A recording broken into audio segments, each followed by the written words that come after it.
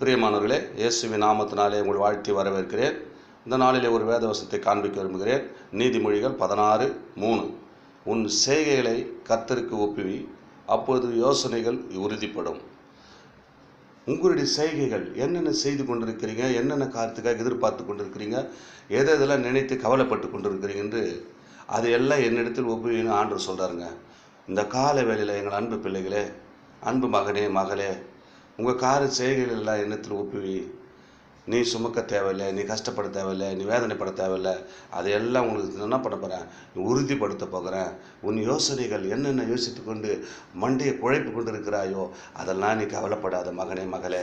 நான் எல்லாத்தையும் உறுதிப்படுத்த போகிறேன், எல்லாத்தையும் நீக்கி போட்டு உன்னை ஆசீர்வதிக்க போகிறேன். உன் செய்கைகளை கர்த்தருக்கு ஒப்புவி, அப்போது உன் யோசனைகள் உறுதிப்படும். என்னென்ன யோசனை கொண்டு, என்னென்ன சிந்தித்து கொண்டு, என்னென்ன எதிர்பார்த்து கொண்டு இந்த செய்கைகள் நடக்கவில்லையே, இந்த காரியம் என்னை விட்டு விடுபடவில்லையே என்று எதிர்பார்ப்போடு இருக்கிற எங்கள் அன்பு பிள்ளைகளே, ஆண்டவர் உங்களை பார்த்தாங்க சொல்கிறாரு, நீ கவலைப்படாத மகனே மகளே.